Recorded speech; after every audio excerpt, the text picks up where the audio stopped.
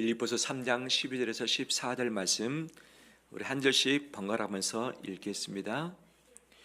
내가 이미 얻었다 함도 아니요 온전히 이루었다 함도 아니라 오직 내가 그리스도 예수께 잡힌 바 된 그것을 잡으려고 달려가노라.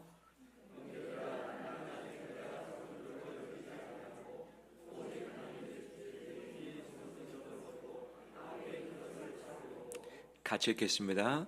표대를 향하여 그리스도 예수 안에서 하나님이 위에서 부르신 부름의 상을 위하여 달려가노라. 아멘. 주 앞에 나오신 온 성도들을 사랑하고 축복합니다. 우리 서로 인사 나눌까요? 잘 오셨습니다. 축복합니다.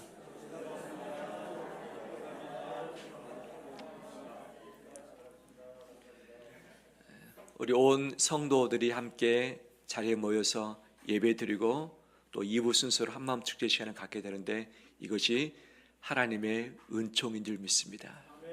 오늘 내 마음을 밝게 하고 또 서로를 챙겨주면서 하나님의 이루하심과 은혜가 우리 온 성도들 가운데, 가정 가운데, 앞길 가운데 가득하길 소망합니다. 오늘 상도 준비되어 있습니다. 특히 MVP 상도 준비되어 있습니다. 누가 받을는지 모르겠지만 열심히 할 때에 MVP 당선되게 될 것이고 또 그 상을 받아 누리는 기쁨이 있었으면 좋겠습니다. 마라톤 경기 아시죠? 몇 킬로미터를 달립니까? 42.195km. 이 마라톤 경기가 어떻게 생겨났는가? 그 유래는 이렇게 이야기를 하고 있죠. 주전 430년 정도에 그리스하고 페르시아가 중대한 전쟁을 치릅니다. 페르시아가 그리스를 쳐들어왔던 거죠. 그런데 그리스가 수세에 몰렸습니다. 이 싸움에서 지면 페르시아에게 모든 것을 점령당할 수밖에 없는 그런 상황이었습니다. 반드시 이겨야 되는 이 전쟁이었습니다. 그래서 그리스 온 나라가 이것을 위해서 열심히 마음을 모았고 또 군대를 이 마라톤 평원에 보내서 페르시아와 서로 싸웠던 것이죠. 이 전쟁에서 누가 이겼습니까? 페르시아입니까? 그리스입니까? 그리스가 이겼죠. 이길 수 없는 싸움이었는데 극적으로 그리스가 이겼습니다. 근데 이 승전보를 누군가가 알려야 되잖아요. 왕이 기다립니다. 이 아테네 수도에서 온 그리스 국민들이 다 소식을 기다리고 있습니다. 이때 한 병사, 그는 달리기를 참 잘했습니다. 누구였는가? 페이디피데스라고 하는 이 병사가 제가 가겠습니다 라고 해서 이 마라톤 평원에서 이 아테네 수도까지 달려갑니다. 열심히 쉬지 않고 달려갔습니다. 그 거리가 몇 킬로입니까? 약 40km 정도. 달려가서 뭐라 말합니까? 우리 그리스가 이겼습니다 외치고 나서 안타깝게 그 병사는 죽고 말았습니다. 왜? 승전보를 알리고 나서 힘이 다 빠져서 그냥 죽고 말았던 것이죠. 이 이야기가 전해지다가 이 후대 근대 올림픽이 다시 창설되면서 구베르탱 남작이 이것을 기념해서 마라톤을 넣어서 올림픽을 시작하게 되었던 것이죠. 우리나라 선수 중에서도 올림픽에서 마라톤 우승했던 분도 있죠. 누구입니까? 그렇죠. 몇 년도에? 1936년도에 우리나라가 일제 압제감도 있었습니다. 성규정 선수가 가슴에 국기를 달고 뛰었습니다. 그 국기는 누구의 국기였습니까? 일본의 국기를 달고 뛰었던 것입니다. 왜? 우리나라 주권을 상실해버렸습니다. 우리는 일본에게 귀속되었기 때문에 아무리 마라톤을 잘한다 할지라도 일본의 국기를 가슴에 달고 뛸 수밖에 없었습니다. 그런데 성규정 선수가 우리나라가 이 상황 가운데 있는데 어떻게든지 우리 국민에게 영광을 주고 위로를 줘야겠다, 우리나라를 알려야겠다라는 이 마음이 간절했던 것이죠. 그래서 그가 어떻게 열심히 운동했는가? 다리에다가 이 무거운 모래주머니를 찼습니다. 이것이 쉽지 않은, 계속 열심히 뛰었던 것이죠. 일본 선수들과 함께 합숙해서 훈련을 했습니다. 근데 다른 선수들은 아침에 딱 준비돼서 훈련 시작하고 끝나고 나면 쉬었습니다. 네, 송기정 선수는 새벽에 일어났습니다. 일본 선수들 다 자고 있을 때 일어나서 계속 뛰면서 최선을 다해서 그가 열심히 했던 것이죠. 1936년 베를린 올림픽에서 송기정 선수가 몇 등 했습니까? 1등을 했더니 1등. 월계수관을 썼습니다. 그리고 그가 그리스 이 투구 선물을 받기도 했는데 그가 기뻐하지 못했습니다. 왜 그렇죠? 서로 우리나라 국기가 올라가면서 애국가가 울려 퍼져야 할 텐데 어떤 국기가 올라갔죠? 일본 국기가 올라가서 애국가가 아니라 일본 국가가 울려 퍼졌던 것이죠. 이건 너무나도 고통스러웠던 것이죠. 그래서 돌아와서 기뻐하지 않았습니다. 일본 사람들이 우승한 사람들, 메달 딴 사람들 축하잔치를 했는데 여기에 안 갔습니다. 그리고 베를린에서 고통 가운데 있는 우리 광부들, 간호사들이 있었잖아요. 거기에서 축하 파티를 해준다고 하니까 송기정 선수가 그리 가버렸습니다. 일제에 눈에 났습니까? 안 났습니까? 눈에 났죠. 그래서 눈총의 대상 고국에 들어왔는데 계속 풀려다녔습니다. 죄를 아니었지만 죄인 취급하면서 정말 고통의 나날을 겪었던 자가 바로 이 송기정 선수였던 것이죠. 우리나라 처음 올림픽 언제였습니까? 1988년 서울 올림픽을 치렀죠. 이때 누가 성화 봉송자로 섭니까? 송기정 선수가 다시 서게 되는 것이죠.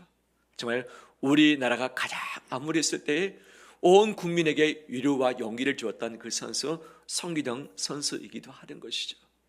오늘 우리는 한마음 축제를 합니다. 열심히 뛰고 다른 박질 할 것입니다. 정말 서로의 선의의 경쟁을 통해서 서로 배려하면서 귀한 결과가 우리 가운데 있길 간절히 소망합니다. 오늘 본문의 바울은 말합니다. 나는 달려가노라. 따라서 합니다. 달려가노라. 달려가노라. 지금 바울은 이 편지글을 쓰고 있는 장소가 어디였습니까? 로마 감옥이었습니다. 로마 감옥에서 달린다면 얼마나 달릴 수 있겠는가? 달리기 쉽지 않은 상황인. 근데 나는 달려가노라 라고 이야기를 하는 거죠. 맞지 않죠. 감옥에 있는 사람은 어떻게 달리기를 합니까? 근데 이것은 실제 마라톤 이 경주를 염두에 두고서 글을 쓰고 있는 것인데 그가 감옥에 갇혀서 내 육신으로는 달리지 못하지만 내 신앙이, 내 사명이 계속 달려가겠다라고 고백을 하고 있죠. 우리 성도들이 몸이 연약하면 또 나이가 들면 다른 박질하기 쉽지 않습니다. 하지만 바울의 고백처럼 내 신앙만큼은 다른 박질해서 하나님의 영광 되길 간절히 소망합니다. 이 바울은 내가 달려가겠다라고 하면서 세 가지의 어떻게 달릴 것인가를 이야기를 하고 있죠. 13절 말씀 볼까요? 13절. 형제들아 나는 아직 내가 잡은 줄로 여기지 아니하고 오직 한 일, 즉 무엇을 잊어버리고 뒤에 있는 것은 잊어버리고 무엇을 잡으려고 앞에 있는 것을 잡으려고 달려간다라고 이야기를 하고 있죠. 뒤에 있는 것을 잊어버리겠다, 앞에 있는 것을 바라보겠다라고 이야기하는 거죠. 그럼 바울의 뒤에 있는 것은 무엇인가? 두 가지죠. 하나는 바울의 영광이었습니다. 바울을 통해서 지역마다 대륙마다 교회들이 많이 세워졌던 것이죠. 예수 그리스도를 믿는 신앙인들이 많이 세워졌던 것이죠. 이것이 바울의 자랑일 수 있었지만 내 왕년의 내 업적, 내 자랑거리, 내 영광 다 잊어버리겠다 뿐만 아니라 잊어버리는 두 번째가 무엇인가? 그것은 바울의 고난과 고통과 상처였습니다. 하나님 일을 하다가 마음이 상하기도 하고 핍박받기도 하고 고난받기도 하고 오해받기도 하고 어려움을 겪기도 하고 죽을 뻔하기도 했던 수많은 어려움들이 그의 마음의 인생에 바로 흠집으로 남겨져 있었던 것이죠. 바울은 내가 달려가면서 이거 잊어버리겠다라고 결단을 하고 있는 것이죠. 우리가 달리기 할 때 수많은 모든 짐을 다 짊어지고 달리는 것은 쉽지 않습니다. 군인들이 힘든 것이 무엇이냐? 완전 군장하고 연병장에 모여 하면 어렵습니다. 완전 군장 약 30kg 정도의 이 배낭을 짊어지고 이 연병장을 뛰는 것 가장 고통스러운 벌 중에 하나인 것이죠. 무거운 짐을 지고서 뛰는 것은 어렵습니다. 뛸 때 최대한 가볍게 하는 것이죠. 그래서 운동선수들은 운동선수의 복장을 가볍게 하는, 슬림해 가는 거죠. 이 수영선수들도 이 슈트를 입을 때 가장 가벼운 것으로, 물이 잘 뜨는 것으로 입고서 하는 것이죠. 왜? 속도를 높이기 위해서, 빨리 뛰기 위해서 무거운 것을 다 벗어버리는 것이죠. 내 인생의 삶에 있어서 무거운 짐들이 분명히 있습니다. 그 무거운 짐 중 하나가 뭐냐? 과거에 나의 영광일 수 있고 나의 상처일 수 있는 것이죠. 신앙생활 함에 있어서, 주님을 섬김에 있어서 내 안에 있는 여러 가지 무거운 짐들이 다 있습니다. 이거 다 짊어지고 뛸 수 없습니다. 이것을 다 잊어버리고 씻어버리고 정리해버리고 갈 때에 우리는 열심히 달릴 수 있는 것이죠. 이 시간 주님을 위해서 과거의 모든 것들을 다 정리해버리고 잊어버리고 씻어버리고 깨끗하게 하고서 힘있게 달려가는 우리 되길 주의 이름으로 축원합니다. 두 번째 14절 말씀입니다. 14절 같이 읽어볼까요? 14절 시작. 푯대를 향하여 그리스도 예수 안에서 하나님이 위에서 부르신 부름의 상을 위하여 달려가느라. 아멘. 무엇을 향하여? 푯대를 향하여 달려간다. 푯대를. 달리갈 때 마지막 꼬린 지름이 있습니다. 꼬린 지름이 없으면 서로 달려갈 때 이리 갔다 저리 갔다 할 수밖에 없는 것이죠. 오늘 또 우리는 이 체육관에서 달릴 것입니다. 반드시 시작점이 있으면 마지막 꼬린 지점 목표점이 있는 것이죠. 그 목표점에 가야지만 인정되는 건데 그 푯대에 가지 않고 다른 곳에 가면 전혀 그 모든 결과는 인정받지 못하는 것이죠. 예전에 말씀드렸지만 이 무의의 이 마라톤 대회에서 모두가 다 달렸는데 다 실격 처리됐어요. 왜? 코스를 잘못 잡아서 모두가 다 달렸지만 다 실격 처리돼버린 그런 마라톤 경주 대회도 있었던 것이죠. 푯대가 무엇이냐? 따라서 합니다. 누구를 만족시킬 것인가? 예, 그렇죠. 누구를 만족시킬 것인가? 내 인생에 있어서 누구를 만족하기 위해서 나는 공부를 하는가? 공부 열심히 하면 누가 좋아합니까? 그렇죠. 우리 다윤이 공부 열심히 하고 있어요? 아니요. 왜요? 수학 시험 봤는데 20점 만점인데 12점 맞아요. 60점 맞았군요. 아, 그렇군요. 부모님이 어떻게 생각했어요? 아, 그렇군요. 예. 오늘 그 기억 다 잊어버리고 다시 열심히 해봐요. 예. 20점 만점 중에 12점도 아주 잘한 거죠. 예. 내가 공부를 열심히 하는 이유, 부모님이 원하기 때문에, 부모님이 좋아하기 때문에, 부모님을 만족시키기 위해서 한다면 공부를 오래 하기는 쉽지 않아요. 바로 나의 만족이 필요한 것이죠. 하지만 바울은 뭐라 말하느냐? 나의 푯대가 누구다? 하나님이시다. 하나님을 만족하기 위해서 나는 달려가겠다. 바울은 여러 가지 고난 가운데 있었어요. 핍박 가운데 있었어요. 사람들이 싫어합니다. 사람들이 쫓아냅니다. 가둬뒀습니다. 할 수 있는 일이 없었습니다. 하지만 바울은 내 만족을 위해서, 사람의 만족을 위해서가 아니라 누구의 만족? 하나님의 만족을 위해서 그분의 푯대를 향해서 달려가겠다라고 이야기를 하고 있죠. 내 신앙, 내 인생 누구의 만족을 위해서? 그렇죠. 근데 이 만족의 대상이 2명 이상이 될 때에 우리는 제대로 달려갈 수 없습니다. 나의 만족, 부모의 만족, 아내의, 남편의, 자식의 만족, 또는 교회 누군가의 만족을 위해서 달려간다면 나는 그 달림을 마지막 완수할 수 없어요. 푯대는 하나여야 됩니다. 푯대는 몇 개? 하나야만 되지 여러 개면 그 경기는 끝날 수 없는 것이죠. 그 푯대는 누구입니까? 하나님이십니다. 하나님의 만족을 위해서, 하나님의 기쁨을 위해서 우리 인생을 초점 맞출 때 우리는 헤매지 않고 다시 달려갈 수 있습니다. 마지막 세 번째 14절 하반절에 뭐라 말하고 있죠? 무엇을 위하여 달려가노라? 그렇죠. 부름의 상을 위하여 달려가느라. 오늘 열심히 하면 MVP 상을 받습니다. 누구한테 받습니까? 예. 누구한테 받죠, 상을? 예, 그렇죠. 오늘 이따가 증정을 할 거예요. 열심히 하는 자에게는 반드시 상이 있습니다. 공부를 열심히 할 때에, 직장에서 열심히 할 때에, 내 인생을 열심히 할 때에 누군가가 나에게 반드시 상을 준다고는 사실. 학교에서 혹시 1등 해보신 분 손으로. 나는 왕년에 1등 해봤다. 한 분도, 딱 한 분 계시네. 한 분. 예. 오늘 1등 할 수 있는 기회를 드리겠습니다. 예. 부름에는 상이 있습니다. 그런데 그 상이 누구냐?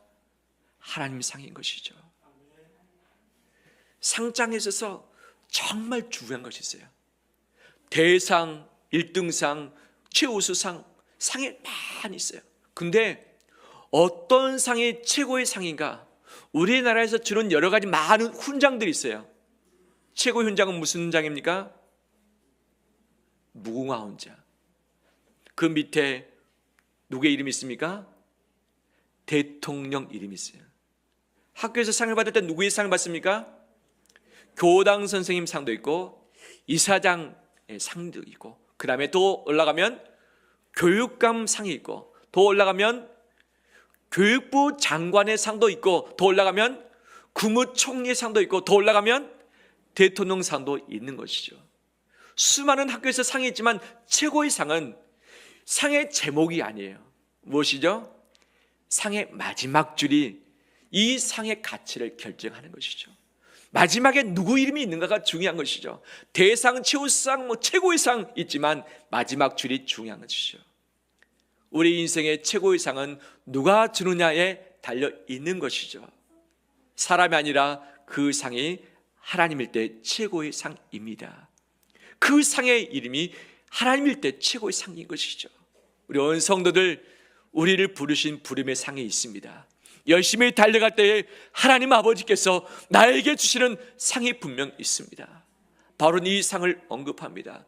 의의 면류관이 내게 예비되었다, 생명의 면류관이 예비되었다, 영광의 면류관이 예비되었다라고 이야기하면서 성경에서 말하는 수많은 상들을 이야기하고 있죠. 마지막 우리에게 상을 주신 분은 하나님이십니다. 누구라고요? 하나님이십니다. 사람이 아닙니다. 이 시대가 아닙니다. 하나님이 나에게 상을 주시는데 그 상을 기억하면서 힘있게 달려가는 우리 되길 주의 이름으로 축원합니다. 말씀을 마무리하겠습니다. 우리는 달려가지 못할 때가 참 많이 있죠. 몸이 아플 때, 마음이 힘들 때, 인생이 꼬일 때, 여러 가지 어려운 환경 가운데 있을 때 공부하기 쉽지 않고 열심히 뭔가를 하기 쉽지 않을 때가 있습니다. 이때 포기하고 싶고 내려놓고 싶을 때가 분명히 있어요. 바울 감옥에 있습니다. 다 포기하고 싶고 그냥 다 때려치고 싶고 이제 정말 감옥에서 풀려날 것만 생각할 수 있는데, 바로 그때 달려가는 것을 그는 기억했고 이거 붙잡고 놓치지 않았어요.